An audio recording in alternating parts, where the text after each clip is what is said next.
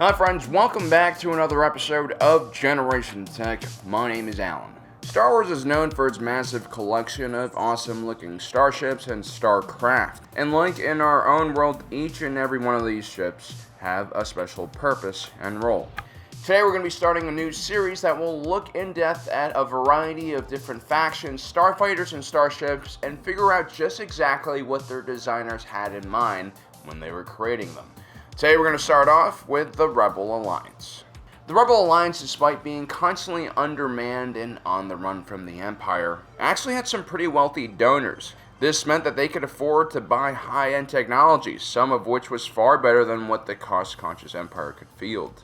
The only issue was that the Empire had a steel grip over the military-industrial complex, and that meant that buying starfighters was usually extremely hard to do if you weren't a part of the Imperial military or security forces.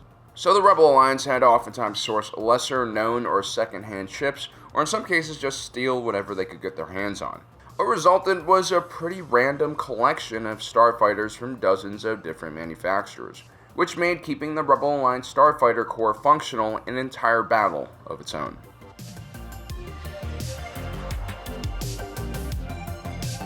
Prior to the war, Incom Corporation was known for manufacturing high-performance repulsor lift platforms like the ones which kept Bespin's Cloud City up. But roughly a century before the Clone Wars began, they began collaborating with Subpro Corporation and started designing their own line of starfighters, including the famous Z-95 Headhunter, known for being an extremely well-balanced starfighter, and the ARC-170 starfighter, which was large, powerful, and perhaps a bit over-engineered.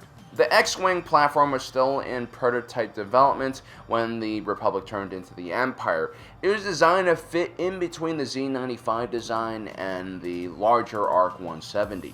At the time of the rise of the New Order, Incom was known for having some of the brightest and most creative engineers and designers in the galaxy. The Empire quickly nationalized Incom, causing several key staff members to defect. One of the gifts they brought to the Alliance was the prototype that would become the T-65B X-Wing.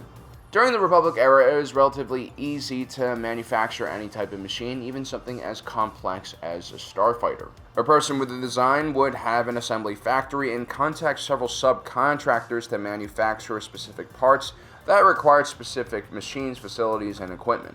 This saved the designer a lot of expenses, so they didn't have to start their own factory. All they had to focus on was assembly. Once the Empire cracked down on all arms and military sales that weren't being made by the Imperial Navy and Army, it became much harder to manufacture things. The rebellion had to now rely on makeshift factories, which could at best produce a handful of these complicated starfighters a month. But it was worth all that hard work because the T-65B X-Wing would become one of the most formidable and well-balanced fighters in the galaxy. The 4 Incom Fusel thrust engines powered by a Novel Dex 07 cryogenic power generator provided great reliability and redundancy in case of damage or mechanical issues. The giant S-foil greatly increased surface space for cooling, especially in atmosphere. The 4 wings also provided additional locations for weapons, and if that weren't enough, the T-65B was equipped with deflector shields and a Class 1 hyperdrive and an astromech to help with rudimentary repairs and calculating jump points. Oh, and they also managed to fit a full life support system for extended flight. It makes sense that the Rebellion would require such a multi-purpose fighter as the backbone of their Starfighter Corps. With their small amount of pilots and ground crews, it makes sense to field a ship that could just about do anything. This was much more preferred than running a variety of different specialized ships that required special crew and pilots. There just weren't enough people in the Rebel Alliance. The X-Wing, while not as nimble as the TIE Fighter, was similar in sublight speed and more importantly shielded and more heavily armed. The X-Wing made a great interceptor, air or space superiority, and escort fighter for this reason. Equipped with proton torpedoes, the X-Wing could also make a terrific capital assault ship. After all, Luke Skywalker wasn't flying a Y-Wing when he destroyed the first Death Star, he was in an X-Wing. It should also be noted that the Rebel Alliance constantly had to change bases and their carrier ships routinely had to escape into hyperspace before collecting all of their snub fighters. This is why the X-Wing was also equipped with 1 week's supply of consumables and a full life support system. The Class 1 hyperdrive allowed the X-Wing to keep up with almost any ship in hyperspace, and more importantly, it allowed the X-Wing to deploy directly into combat after reverting into hyperspace.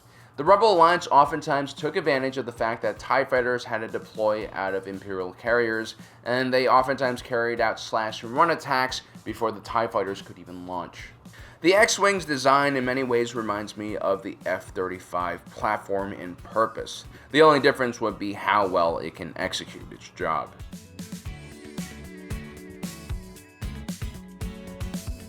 The U-260D YWing was another beautiful creation by Incom Corporation. Using an upscaled version of the X-Wing's thrusters are aligned in the same position, a YWing clearly belongs in the middle of an X-Wing formation. It's also equipped with two giant scissor-like S-foils, which have the added benefit of creating drag in atmosphere. When positioned behind the ship, the S-foils also extended the deflector shields much further away from the passenger compartment. Although it is quite a nimble craft for its size and heavily armed, the YWing wasn't really a fighter, even though that's what its designers labeled it. It was more like a combat transport, something similar to the Hueys or Blackhawks used by the US military in the last few decades. The UT-60D had a large passenger compartment that could fit 8 passengers, and it also could mount door guns for more ground fire support.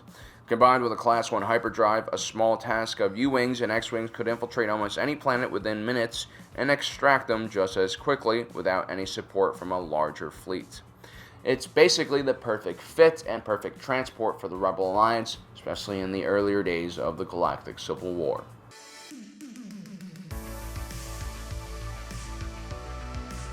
The BLT-A4 YWing was one of the older starfighters in the Rebel lineup, and for most of the war, the Rebel Alliance sought to replace the YWing with bigger, newer, and faster assault starfighters. But like the A-10 Warthog, the venerable YWing could not be killed. Designed for the Clone Wars, the YWing was a heavily armored starfighter/bomber, equipped with a rear gunner turret and a massive amount of proton or ion bombs. In large packs, they presented a huge danger to any separatist ship they encountered. But by the time of the Galactic Civil War, the YWing assembling lines had all been shuttered. And the majority of YWings flown by the Rebel Alliance had been stolen from Imperial scrapyards, and in order to keep their YWings up in the sky, Rebel mechanics had to rely on parts that weren't really meant for the YWing, which meant that they were extremely unreliable. As the war went on, the Rebel Alliance would strip more panels and armor from their YWings along with the rear defense turret in order to give the ship a bit more speed. The philosophy behind how the Rebel Alliance used the YWing was simple: take a platform which had a decent amount of maneuverability and speed and put as many weapons on it as possible.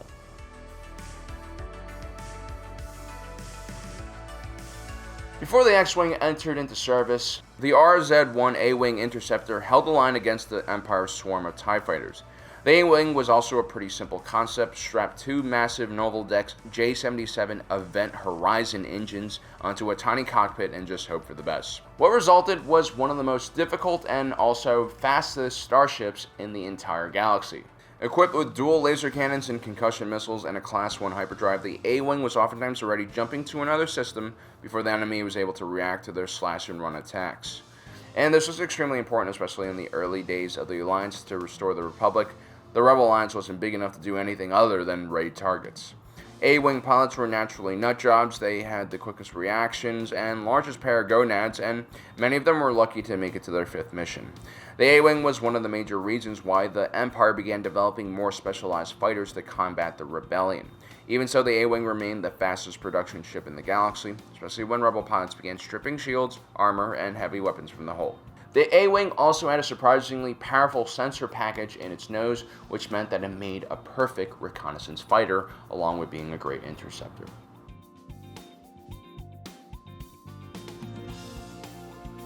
Like I said before, the Y-Wing remained indispensable for the rebellion until the end of the Galactic Civil War. But the B-Wing proved to be the closest thing to a replacement that the Y-Wing ever had. But in reality, the B-Wing is a completely different class from the Y-Wing. While the Y-Wing was a decent fighter, especially against slower fighters or pirates, the B-Wing would get ripped apart in a dogfight against almost any fighter. First, the B-Wing was a massive ship, and although it featured 4 Quad-X Cryomaster engines and could travel extremely fast in a straight line, the odd cross-shaped configuration of the fuselage meant that it wasn't nimble at all. But that was kind of the point. The B-Wing was designed to lock onto an enemy starship and fly directly at it at high speeds and unleash its massive arsenal of lasers, ion cannons, proton torpedoes, and laser-guided bombs. These assault fighters proved to be effective even against the massive Imperial-class Star Destroyers, and completely changed the balance on the battlefield in favor of the Rebellion. The BWing was oftentimes escorted by a pack of A-Wings, which could help keep fighters off its tail when it's making an attack run. The B-Wing's only defense against smaller fighters was its straight-line speed and its odd gyroscope configuration that swung the entire body of the ship around the cockpit.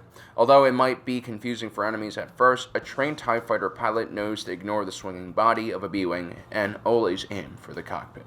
So there you have it, guys. Those are some of the most popular Rebel Alliance fighters and kind of what their roles are within the Rebel Alliance Navy. Let me know in the comments section below what faction you want us to tackle, or maybe we can just do Rebel Alliance capital ships. But let me know in the comments section below. Also, don't forget to subscribe, hit that notification button so you don't miss out on the rest of this awesome series. And as usual, guys, thanks for joining us today. If you're watching this, you are Generation Tech.